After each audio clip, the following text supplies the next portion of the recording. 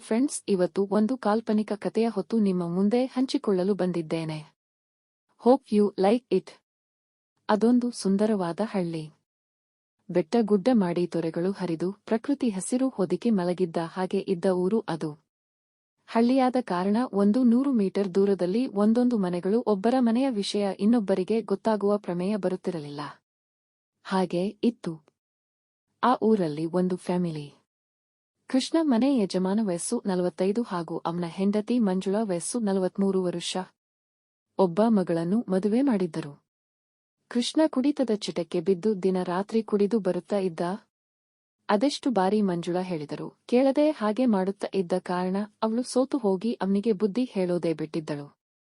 ಹೀಗಿರುವಾಗ ಕೃಷ್ಣನ ತಮ್ಮ ಹಾಗೂ ಅವನ ಹೆಂಡತಿ ಅಕಾಲಿಕ ಮರಣ ಹೊಂದಿದ ಕಾರಣ ಅವರ ಮಗ ಗಿರಿಯನ್ನು ಮನೆಗೆ ಕರೆದುಕೊಂಡು ಬಂದಿದ್ದ ಕೃಷ್ಣ. ಗಿರಿಗೆ ವಯಸ್ಸು ಕೇವಲ 18 ವರ್ಷ ಅಷ್ಟೇ.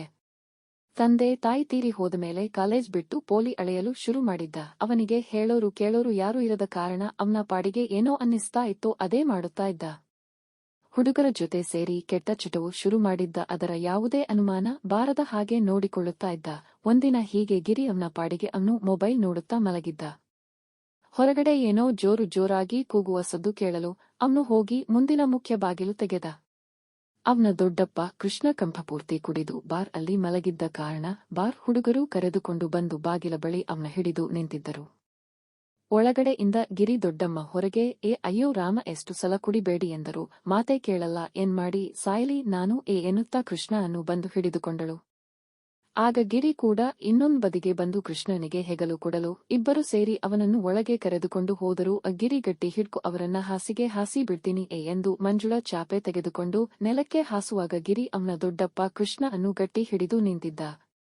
ನಂತರ ಇಬ್ಬರು ಸೇರಿ ಕೃಷ್ಣ ಅನ್ನು ಹಾಸಿಗೆ ಮೇಲೆ ಮಲಗಿಸಲು ಮಂಜುಳಾ ಏನು ಮಾತಾಡದೆ ಅಡುಗೆ ಮನೆಗೆ ಹೋದಳು. ಗಿರಿ ಅವನ ಪಾಡಿಗೆ ಅವರ ಹಾಸಿಗೆಯಿಂದ ಸ್ವಲ್ಪ ದೂರದಲ್ಲಿ ಹಾಸಿಕೊಂಡು ಮಲಗಿದ. ಗಿರಿ ರಾತ್ರಿ ಮಲಗುವ ವೇಳೆ ಬೆಡ್ಶೀಟ್ ಪೂರ್ತಿ ಮುಚ್ಚಿಕೊಂಡು ಮೊಬೈಲ್ ನೋಡುತ್ತಾ ಇರುತ್ತಾ ಇದ್ದ. ಹೆಡ್ಫೋನ್ ಹಾಕೊಂಡು ಜಟಕ ಹೊಡೆದುಕೊಂಡು ರಸ ಇಳಿಸಿ ಮಲಗುವುದು ಅವನ ಅಭ್ಯಾಸ. ಆದರೆ ಅವತ್ತು ಯಾವುದೋ ಮೂವಿ ನೋಡುತ್ತಾ ಇದ್ದ. ಊಟ ಎಲ್ಲ ಆಗಲೇ ಮಾಡಿದ್ದ. ಅವನು ಮತ್ತೆ ಎದ್ದು ಹೋಗುವ ವಿಚಾರವೇ ಇರಲಿಲ್ಲ. ಸ್ವಲ್ಪ ಹೊತ್ತು ಕಳೆದ ಮೇಲೆ ಮಂಜುಳಾ ಮನೆ ಎಲ್ಲ ಲೈಟ್ ಆಫ್ ಮಾಡಿ ಬಂದು ಕೃಷ್ಣ ಪಕ್ಕದಲ್ಲಿ ಬಂದು ಬೆಡ್ಶೀಟ್ ಹೊದ್ದು ಮಲಗಿದಳು. ಅದು ಹಳ್ಳಿಯ ಹೆಂಚಿನ ಮನೆ ಆಗಿದ್ದ ಕಾರಣ ಬೆಳಕಿಗೆ ಅಂತ ಗ್ಲಾಸ್ ಹಾಕಿದ್ದರು. ಆ ದಿನ ಹುಣ್ಣಿಮೆ ಆಗಿದ್ದ ಕಾರಣ ಹುಣ್ಣಿಮೆಯ ಚಂದ್ರನ ಬೆಳಕು ಮನೆಯೊಳಗೆ ಬಿದ್ದಿತ್ತು. ಅಷ್ಟು ಸ್ಪಷ್ಟವಾಗಿ ಅಲ್ಲದಿದ್ದರೂ ಯಾರು ಎಲ್ಲಿ ಇರುವರು ಎಂಬುದು ಗೊತ್ತಾಗುತ್ತಾ ಇತ್ತು. ಗಿರಿ ಅವನ ಪಾಡಿಗೆ ಅವನ ಮೊಬೈಲ್ ನೋಡುತ್ತಾ ಇದ್ದ. ಅವನು ಮೊಬೈಲ್ ನೋಡುವುದು ಬೆಡ್ಶೀಟ್ ಹೊರಗೆ ಕಾಣುತ್ತಾ ಇರಲಿಲ್ಲ. ಅವನು ಮಲಗಿದ ಹಾಗೆ ಕಾಣುತ್ತಾ ಇತ್ತು. ಮಂಜುಳಾ ಬಂದು ಮಲಗಿದ ಸ್ವಲ್ಪ ಸಮಯದ ನಂತರ ಅಯ್ಯೋ ತೆಗೀರಿ ಕೈ, ಸುಮ್ನೆ ಮಲಗೀಗೆ ಎಂದು ಮಂಜುಳಾ ಕೊಸರಿದಳು. ಅದಕ್ಕೆ ಕಾರಣ ಕುಡಿದು ಅಮಲಿನಲ್ಲಿದ್ದ ಕೃಷ್ಣ ಕಾಮದ ಹಸಿವು ನೀಗಿಸಿಕೊಳ್ಳಲು ಹಾತೊರೆದು ಅವಳ ಹೊಟ್ಟೆ ಮೇಲೆ ಕೈ ಹಾಕಿದ್ದ. ಆಗ ಅವನ ಕೈ ತೆಗೆದು ಪಕ್ಕಕ್ಕೆ ತಳ್ಳಿದಳು ಮಂಜುಳಾ. ಕೃಷ್ಣ ಮತ್ತೆ ಅವಳ ಹೊಟ್ಟೆ ಮೇಲೆ ಕೈ ಹಾಕಿ ಸವರುತ್ತಾ ಅವಳ ಸೆರಗು ಜಾರಿಸಿ ರವಿಕೆ ಮೇಲೆ ಮೊಲೆ ಅದುಮಿದ. ಆಗ ಅಯ್ಯೋ ರಾಮ, ತೆಗೀರಿ, ಕುಡಿಯೋದು ಅಲ್ಲದೆ ಚಟ ಬೇರೆ ವಯಸ್ಸಿನ ಹುಡುಗನ ತರ ತೆಪ್ಪುಗೆ ಬಿದ್ಕೊಳ್ಳಿ ಎಂದು ಅವಳು ಅವನ ಕಡೆ ಬೆನ್ನು ಮಾಡಿ ಮಲಗಿದಳು. ಆದರೆ ಕೃಷ್ಣ ಬಿಡದೆ ಅವಳ ಹಿಂದೆಯಿಂದ ತಬ್ಬಿ ಅವಳ ಸೀರೆ ಲಂಗ ಮೇಲಕ್ಕೆ ಎತ್ತಿ ಅವಳನ್ನು ಅಂಗಾತ ತಳ್ಳಿದಾಗ ಅಯ್ಯೋ ಕರ್ಮವೇ, ಬಿಡ್ರಿ ಮಲಗಿ ಸುಮ್ನೆ ಎಂದು ಅವನನ್ನು ದೂರ ತಳ್ಳಲು ಪ್ರಯತ್ನ ಪಟ್ಟರೂ ಕೃಷ್ಣ ಬಿಡದೆ ಅವನ ಪಂಚೆಯಿಂದ ತುಣ್ಣಿ ತೆಗೆದು ಅದನ್ನು ಅವಳ ಕಾಚ ಹಾಕದ ತುಲ್ಲು ಒಳಗೆ ಸಿಕ್ಕಿಸಿ ಅವಳ ಮೇಲೆ ಮಲಗಿ ಕೆಯ್ಯಲು ಆರಂಭಿಸಿದ. ಅಯ್ಯೋ ರೀ ಬಿಡ್ರಿ, ಎಮ್ಮ ಆಗ್ತಿಲ್ಲಂ ಎಂದು ಅವನನ್ನು ದೂರ ತಳ್ಳಲು ನೋಡುತ್ತಾ ಇದ್ದಳು. ಆದರೆ ಅವಳ ಮೇಲೆ ಮಲಗಿ ಅವಳ ರವಿಕೆ ಬಿಚ್ಚಿ ಕೃಷ್ಣ ಮೂಲೆಗೆ ಬಾಯಿ ಹಾಕಿದ. ಆಗ ಮಂಜುಳಾ ವಿಧಿ ಇಲ್ಲದೆ ಅವನ ತಬ್ಬಿ ಹಿಡಿದು ಕಾಲು ಅಗಲಿಸಿ ಕೆಯ್ಯಲು ಬಿಟ್ಟಳು. ಉಸ್ ಅಬ್ಬಂ ಎನ್ನುತ್ತಾ ಅವಳು ಮುಳುಗುತ್ತಿರಳು. ಕೃಷ್ಣ ಅವಳ ಮೇಲೆ ಮಲಗಿ ದೆಂಗುತ್ತಿದ್ದ. ಸುಮಾರು 5 ನಿಮಿಷಕ್ಕೆದ್ದ ಕೃಷ್ಣ ಅವನ ತುಣ್ಣಿಯಿಂದ ರಸಕಾರಿಸಿ ಅವಳ ಪಕ್ಕದಲ್ಲಿ ಮಲಗಿದ. ಕೃಷ್ಣ ಇಂದ ಕೇಯಿಸಿಕೊಂಡು ಅರ್ಧ ತೇವಳಲ್ಲಿ ಮಂಜುಳಾ ತೂ ಕರ್ಮ ಎಂದು ಎದ್ದು ಹಿತ್ತಲ ಕಡೆ ಹೋದಳು.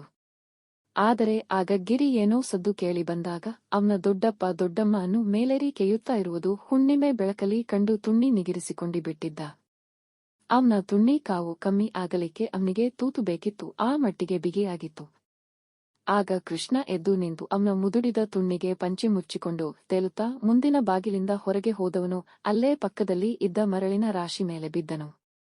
ಆಗ ಗಿರಿ ಒಂದು ಬಂಡ ಧೈರ್ಯದಿಂದ ಮುಂದಿನ ಬಾಗಿಲಿನ ಚಿಲಕ ಹಾಕಿ ಅವನು ಮಲಗಿದ್ದ ಹಾಸಿಗೆ ಅಲ್ಲಿ ದಿಂಬುಗಳನ್ನು ಇಟ್ಟು ಯಾರೋ ಮಲಗಿದ ಹಾಗೆ ಸೆಟಪ್ ಮಾಡಿ ಅವನ ದೊಡ್ಡಪ್ಪನ ಜಾಗಕ್ಕೆ ಹೋಗಿ ಬೆಡ್ಶೀಟ್ ಹೊದ್ದು ಮಲಗಿದ್ದ.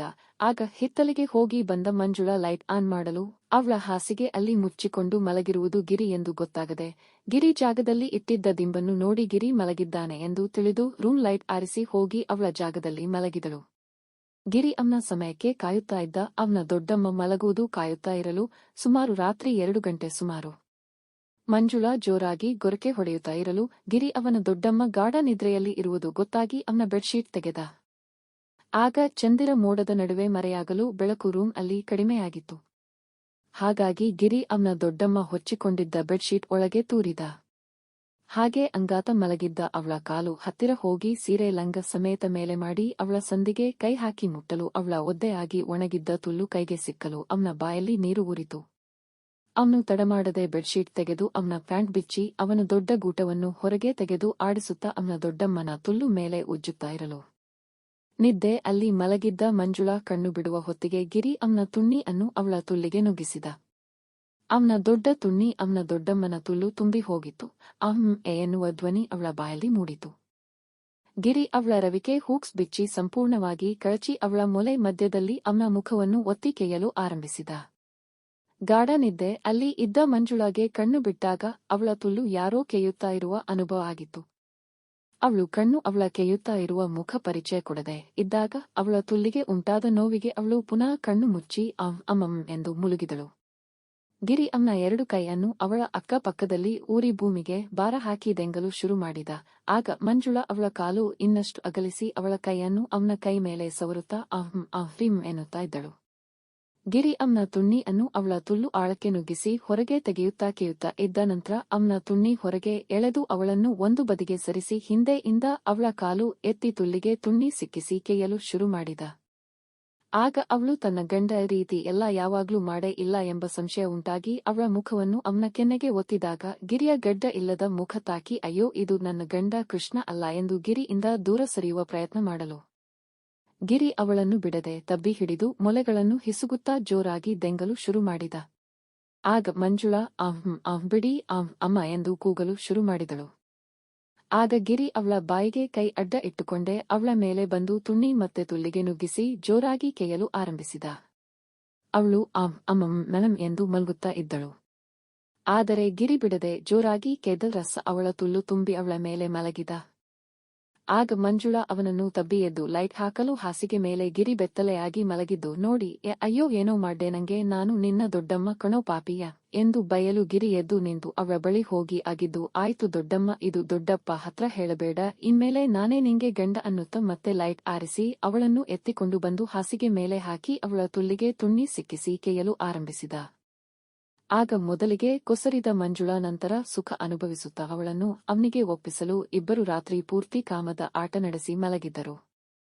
Hope you like it. Thank you all.